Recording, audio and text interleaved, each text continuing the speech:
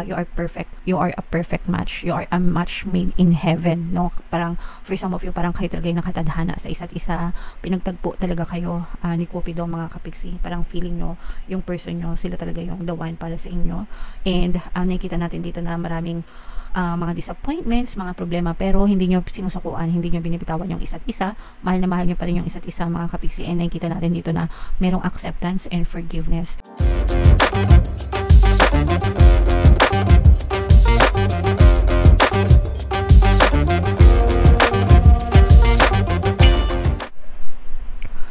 Hello guys, hello Virgo, welcome back to Pinoy Pixie Tarot. Ang pamagat ng episode natin for tonight is monthly love scope para ngayong October para sa Virgo, Sun, Moon, Rising, Sign, and Venus. Pwedeng ma-pick up yung energy nyo guys, pwedeng ma-pick up yung energy ng person nyo, pwedeng magkabaliktad yung roles. If in case hindi kayo nakaresonate dito, try nyo panoorin yung video dun sa zodiac sign ng person nyo, and baka nandun yung energy nyo, mga kapiksi. So, eto guys, ito yung mga love message para sa inyo. These are all positive energies, mga kapiksi. So, for some of you guys, maaari magkaroon ng reconciliation sa relationship nyo. You just have to stay optimistic, stay positive, mga kapiksi. Kung gusto niya talaga magkaayos kayo ng person nyo, pwede naman guys, no? So, eto guys, pwedeng, let's say for example, baka nagkakaroon kayo ng problema, nag-aaway kayo ng person nyo, maaari kayo magbate. Sa relationship naman guys, no, palagi ko nga sinasabi na normal lang naman na nagkakaaway, normal lang na nagkakatampuhan, mga kapiksi. So, that is because magkaiba kayo ng gusto, iba yung gusto niya, iba yung gusto mo. Sometimes hindi nagmi-meet, no? Kaya nagkakaroon ng away, mga kapiksi. Okay? And yeah, so for some of you, maaari magkaroon ng reconciliation, ng peace offering, basta maging positive lang kayo palagi tungkol dun sa love life nyo, kung gusto nyo talaga magkaayos kayo, mga kapiksi. For some of you, pwede rin na mga ex to, no? Mga ex-jowa, ex-partner, ex-person, mga kapiksi, na pwedeng bumalik at magparamdam sa inyo. Hindi naman necessary na magkabalikan kayo, no? Pero merong room for reconciliation, for forgiveness guys. So pwedeng magparamdam sila, bumalik sila, and mag-sorry sila sa inyong mga kapiksi. Okay?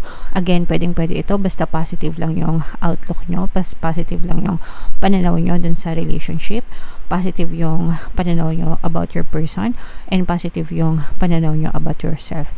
Kapag palaging ganun, yung inyong perception, mga kapiksi, asahan nyo na talagang magkakaroon kayo ng harmonious na relationship. And ito guys, yung mga kung nag-aantay talaga kayo, no, meron dito mga kapiksi na talagang iniwanan ng person nila, and nag-aantay sila na bumalik yung person nila. Definitely this is worth waiting for if nag-aantay talaga kayo ng reconciliation. So parang masasabi nyo na sulit yung pag-iintay ko, sulit yung pakikipaglaban ko. Again guys, no, depende yan sa inyo. There are people na they'd rather move on, mas gusto pa nila mag-move on kesa sa mag-antay, and okay lang yun.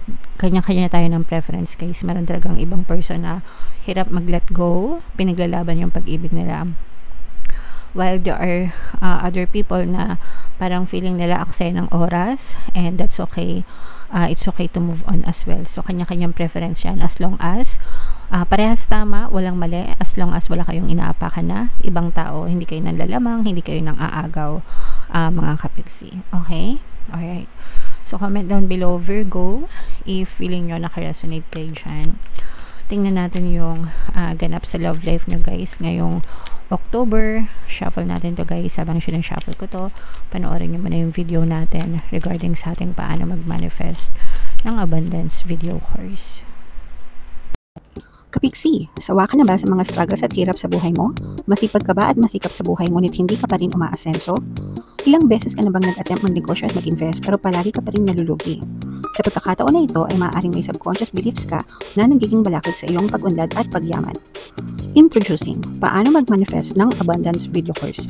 Dito ay matututunan mong ma-overcome ang mga balakid mo para tuluyan ka ng umunlad, umasenso, sumagana, maging matagumpay, successful at maswerte sa iyong kabuhayan, pera, trabaho, negosyo, salapi at kaperahan ng bonggang-bongga.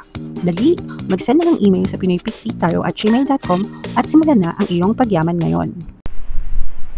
Alright, so sa lahat ng gusto mag-avail ng course guys, meron tayong freebie ngayong October. Magbibigay tayo ng free 3-in-1 pampaswerte sa subliminal, sa pampaswerte sa buhay, sa pera at saka sa love life. Worth 1,500 yung freebie na yan guys, kaya i-avail nyo na. Sobrang ganda. And meron din ditong tayong bagong course, paano mawala ang third party at magkaroon ng harmonious na relationship para mawala yung mga kabit ng mga jowa nyo guys.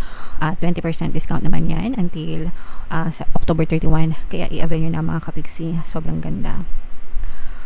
So, Virgo guys, kayo ay represent ng Queen of Pentacles. Ito yung ating love energy mga kapiksi. This is both negative and positive. Mahal na mahal nyo yung isa't isa guys, no?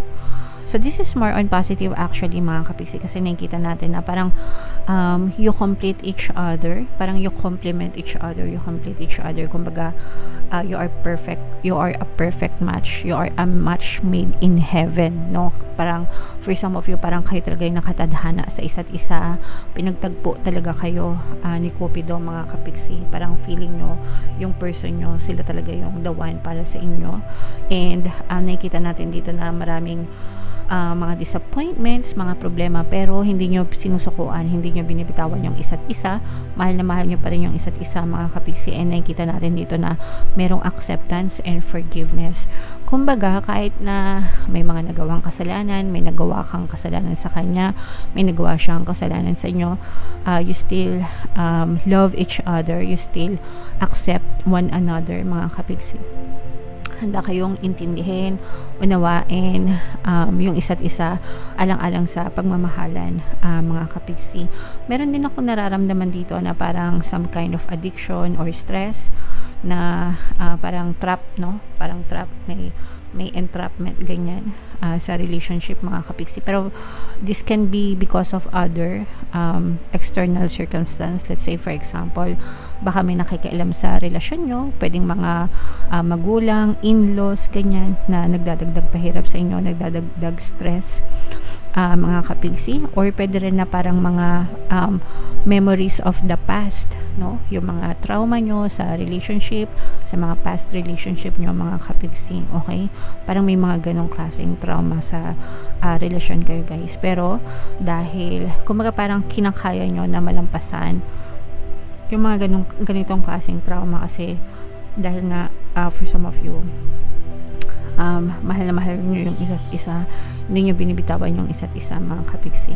Parang feeling nyo guys, answered prayer kayo, no? Or answered prayer itong relationship nyo. And sabi ko naman sa inyo guys, talagang pagdating sa relasyon, pinagdadasal yan. And parang ginaguide nyo yung isa't isa. Parang nag-aalalayan kayo ng person nyo mga kapiksi. Inaalalayan nyo siya, inaalalayan nila kayo. And parang nandun kayo sa isa't isa, kahit na parang hindi masalita yung iba sa inyo guys. Pwedeng person mo, parang feeling mo hindi kanya mahal, or parang hindi siya masyadong affectionate, pero your person is always there for you. Nagets nyo ba? Merong ibang tao guys na hindi affectionate, tinatawag nila doon nonchalant, ganyan, di ba? Parang walang pake, hindi affectionate, hindi masyadong showy, ganyan. Pero parang they are silently loving you, no? They are silently looking after you mga kapiksi, okay? At saka yung person nyo, parang meron din siyang mga emotional pain na hindi nasasabi sa'yo, or pwedeng may mga pinagdadaanan din siya, personal problems na hindi niya din nasasabi sa'yo. So yeah, okay? Pero doesn't mean na hindi nyo mahal yung isa't isa. Actually, nakikita nga natin na sobrang mahal nyo yung isa't isa mga kapiksi. For some of you guys, no, yun nga yung sinasabi nating reconciliation. Ito, maaaring magkaroon ng second chance kayo sa love life nitong person mo mga kapiksi, dahil magkakaroon talaga dito ng acceptance and forgiveness. Again, sabi ko nga sa inyo, mahal nyo yung isa't isa. Kung iniwan kayo ng person mo, or kung ginosted kayo ng person mo, ini-stalk kayo nito,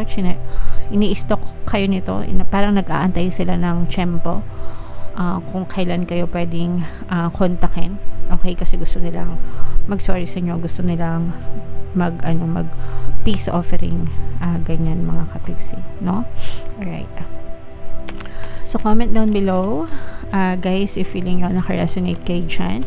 I-mind nyo to, guys, no? Mind reconciliation, mind forgiveness, acceptance, mahal namin ang isa't isa, yan. So, i-mind yan, guys, sa comment section. Tingnan natin yung additional na love message or love advice sa inyo, Virgo. Huwag mong sisihin ang iyong sarili, mga kapiksi, no? Hindi mo kasalanan yung hindi ikaw lang ang may kasalanan sa mga nangyayari sa relationship, okay? So, it's always because of the two of you. Palaging kayong dalawa yan. Kasalanan mo, kasalanan nila, effort mo, effort nila. Ganun palagi, mga kapiksik. Hindi pwedeng sisihin mo yung sarili mo lang, hindi pwedeng sisihin mo siya lang. Palaging kayong dalawa yan. Palaging may contribution kayong dalawa. Sa kasiyahan, ganun din, no? Hindi lang dahil sa effort mo, kundi sa effort din niya, okay? So, ganun, hati kayo dyan palagi. So, sa mga kapiksi natin na nagdanas ng problema sa relasyon, don't be too hard on yourself and don't be too hard on your person. Isipin nyo na lang na this too shall pass, lilipas din ito. Hindi lang kayo yung mga tao na may problema sa relasyon, marami. Okay, I mean, hindi lang kayo yung ganyang nakakaranas. So, normal yan. Normal yung ganyang mga klaseng emosyon and problema. Ang isipin nyo na lang is this too shall pass, lilipas din ito. Malalampasan nyo din yan and magiging ma-okay din kayo ng person mo. Alright?